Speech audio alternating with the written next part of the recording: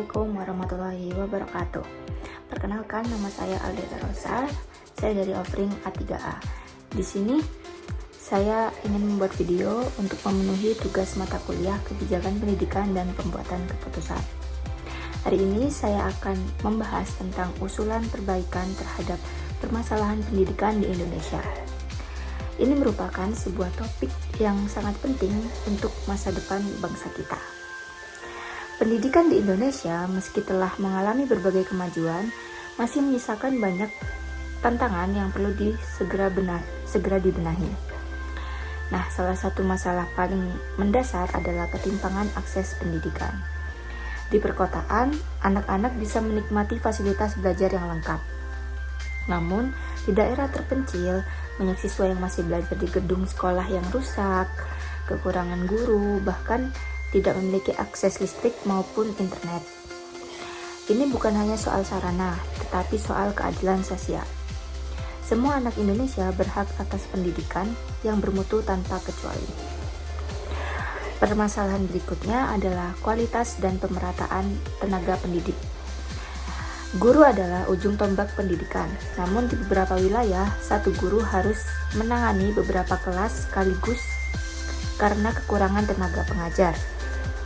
Belum lagi masih banyak guru yang belum mendapatkan pelatihan yang cukup dalam menghadapi perubahan zaman, khususnya dalam penggunaan teknologi pendidikan. Selain itu, kurikulum yang diterapkan saat ini seringkali dianggap terlalu padat, kaku, dan kurang kontekstual.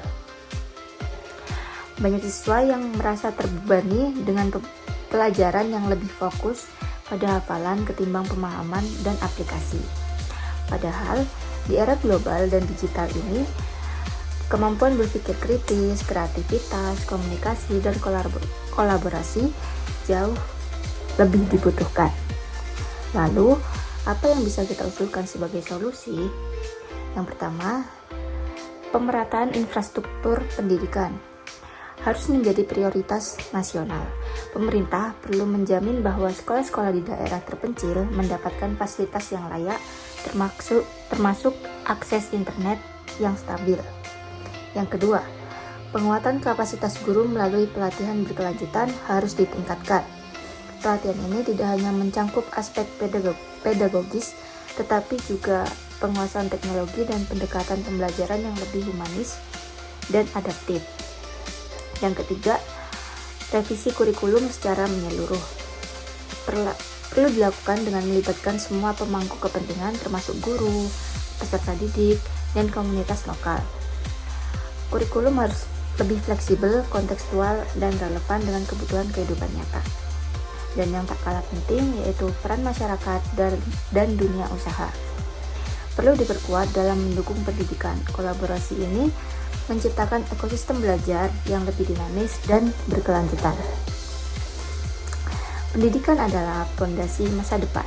Jika kita ingin Indonesia menjadi bangsa yang maju, maka perbaikan pendidikan bukan lagi pilihan, melainkan keharusan. Mari kita tidak hanya menunggu perubahan dari atas, tapi juga menjadi bagian dari perubahan itu sendiri, sekecil apapun kontribusi kita. Karena sejatinya membangun pendidikan adalah membangun harapan, dan harapan terbesar bangsa ini adalah di tangan generasi yang kita bentuk hari ini.